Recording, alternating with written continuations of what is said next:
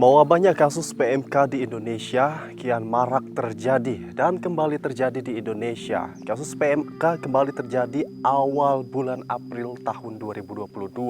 Lantas, bagaimana sejauh ini kasus perkembangan PMK di Indonesia?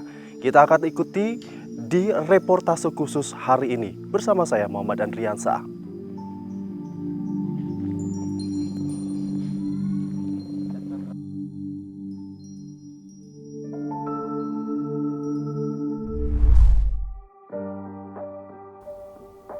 Pemerintah Indonesia telah menetapkan status darurat wabah penyakit mulut dan kuku atau PMK yang berlaku mulai 29 Juni 2022.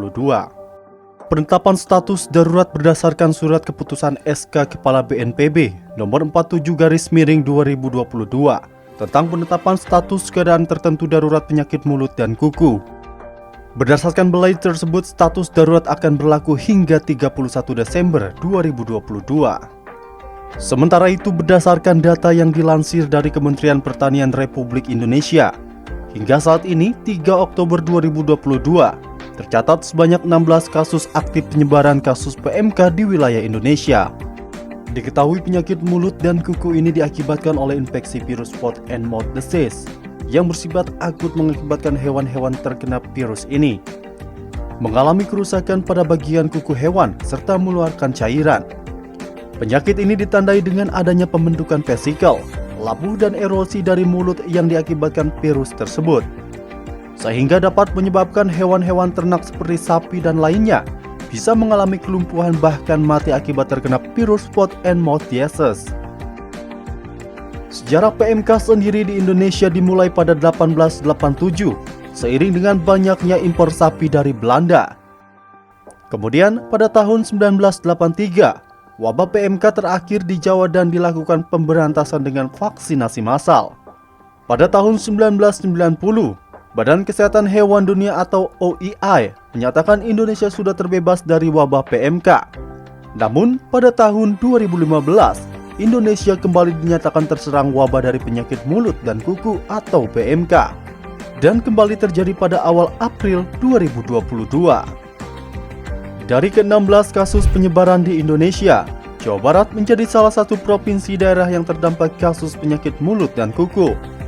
Dari data yang dilansir pada situs resmi Kementerian Pertanian Republik Indonesia bertanggal 3 Oktober 2022, sebanyak 20 kasus aktif tersebar wabah PMK di Jawa Barat, dengan kasus kematian dan sakit terbanyak di wilayah Bandung Barat, dengan total 17.018 sakit dan 1.389 mati, serta kasus paling sedikit di wilayah Majalengka dengan total kasus 84 sakit dan 5 kasus mati. Sementara itu, menurut Kepala Dinas Ketahanan Pangan dan Peternakan Provinsi Jawa Barat, Dr. Andes Muhammad Arifin Sonjaya, mengatakan wilayah Jawa Barat sendiri untuk total kesembuhan hewan ternak sudah mencapai 80%. Tingkat kesembuhannya sekarang sudah hampir 80%. Kemudian sisa aktifnya, kasus aktifnya itu ada sekitar 5%, ada sekitar 4 ribuan. Sisanya kemana? Nah, sisanya itu adalah yang mati bangkar dan potong bersarang. Jawa Barat ini untuk yang mati bangkar dengan potong bersarang itu ada sekitar 10 ribuan. Jadi kalau di total jumlah itu kan sekitar 50 ribuan. Jadi progresnya sudah cukup baik dengan penyembuhan tadi yang 80%, dan tinggal kasus aktif. Kenapa kasus aktif ini masih tetap ada? Karena Jawa Barat adalah sebagai daerah yang konsumen. Jadi mobilisasi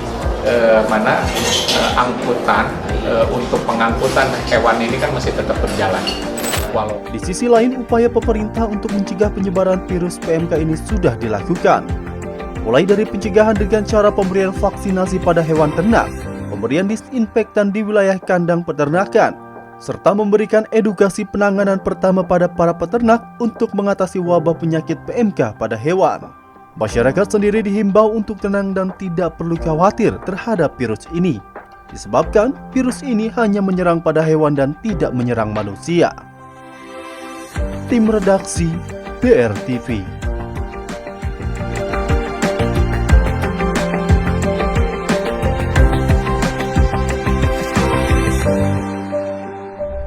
terkena PMK ini, apa yang pertama kali pada saat itu oleh Mas Aji dilakukan?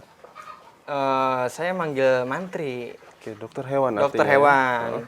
Diperiksa, disuntik, dikasih obat-obatan, kasih vitamin supaya daya tahan tubuhnya tuh kembali normal lagi. Tapi kalau sepengalaman sih ada yang hampir 1